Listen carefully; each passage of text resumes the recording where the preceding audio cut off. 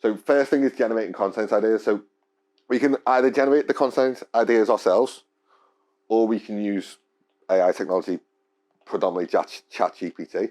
I noticed that Notion have just brought out AI. I don't know if any of you use Notion, but they've got their own AI now, which kind of does similar things when it comes to like social media posts and things. So if you have it, Canva as well, yeah. So if you've got if you log onto ChatGPT and it says we're at capacity, nip onto Notion, it kind of can do the same thing when it comes to posts. And Canva as well, yeah. There's a wait list for Notion. You just sign up and then eventually get emails. Yeah. Even things like the Captions app now is giving you AI suggestions for post copy. Yeah. Videos. There's this really weird thing. I don't know if you've seen it on Canva.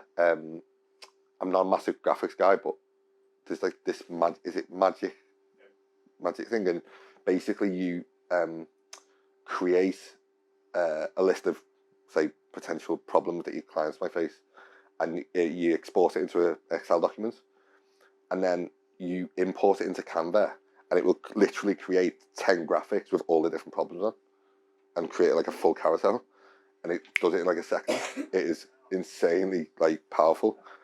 I don't know how powerful this is going to get, but I mean, it's a black hole in itself. So to start, what I like to do is just kind of map out three or four areas of influence that you can have, that you have as an online coach or fit pro. I'll put an example there, pretty sort of straightforward. In terms of the 3 or 4 areas of influence, sometimes people call these content pillars or pillar content. But training, mindset, nutrition, right? That could be anything, by the way. I mean, I used to work with powerlifters and I used to work with pre and postnatal women. So that could be like pre and postnatal exercise. It could literally be anything, right? And then we've got to think about what we're actually experts in within them things. So within training, program design, fat loss, powerlifting, jiu-jitsu, pre and postnatal, could be anything, right? Mindset, accountability, motivation, overcoming limiting beliefs. These are things that we can like talk about in our content. And can you see how this is getting broken down into like kind of subcategories? Program design can then be broken down into subcategories. Fat loss can then be broken down into subcategories, so on and so forth, right?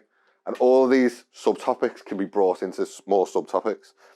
And it kind of creates this like ecosystem or waterfall of like content ideas that you can just constantly go for. So one of the big things people used to say to me was, oh, eating healthy is expensive, right? So high protein foods are expensive. Buying chicken over processed stuff is, expensive. So content idea could be low calorie protein options or low cost protein shopping list, right? But you can get subcategories off that. How to get protein? You might have seen Alex Hormozy going into like petrol stations and being like, oh, let's find 25 grams of protein in a petrol station, whatever it is, right?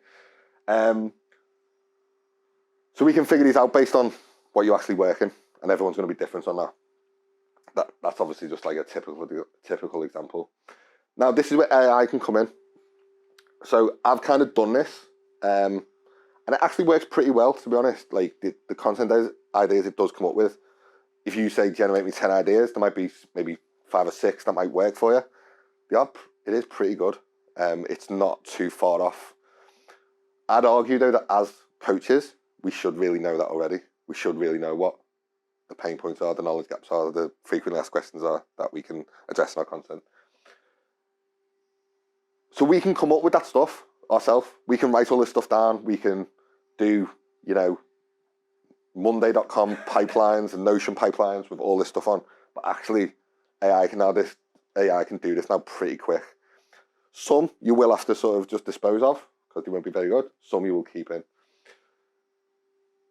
It's important to note that AI is not perfect, but you can filter out what works and what doesn't, as I said. So this is one that I just put in.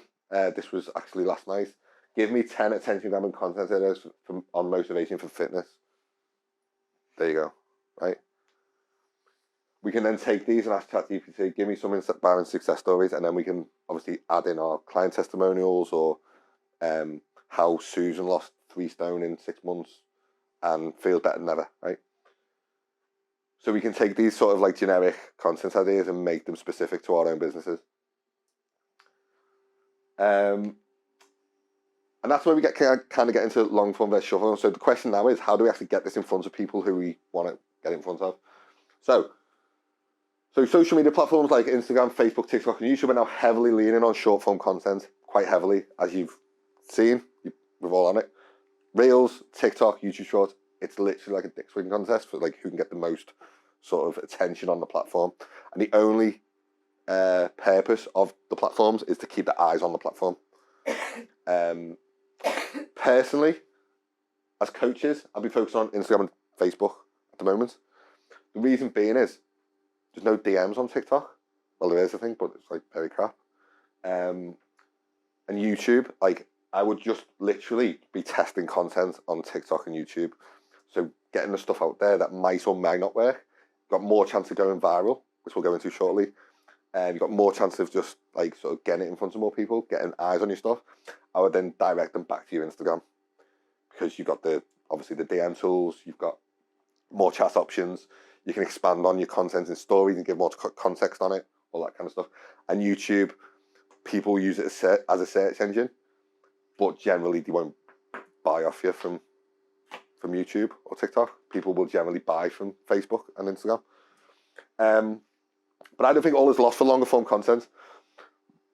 But my prediction is that anything in between is likely going to become ineffective or obsolete. So what I mean by that is, if you take a 3-hour Joe Rogan podcast, people will watch that podcast. He will clip out like maybe 10, 12-minute clips from that podcast. But in theory now, they're just going to push all that to YouTube Shorts or Instagram Reels rather than the actual 8 to 10-minute clips. So I'm a big fan of podcasts. Like I'm a big fan of, like I would advocate to anyone to create a podcast because you could literally create 10, 15, 20 podcasts around every single client pain point or knowledge gap that you could use as a resource.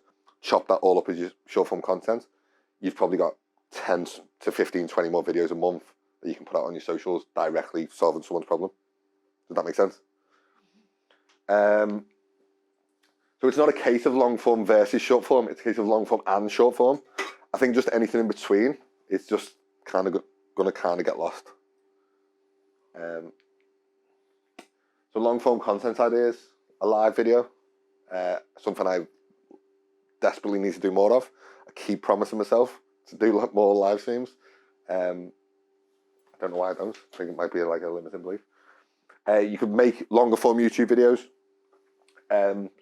It's like your typical 6 to 8 minute YouTube video. Like, I don't know, maybe it's better doing a podcast. But then you can make these into blog posts, email newsletters, or all the above. ChatGPT and all this technology that we've got now, it's going to make Descript and all that kind of thing. It's going to make it a lot easier to sort of multiply our content to get it in front of more people.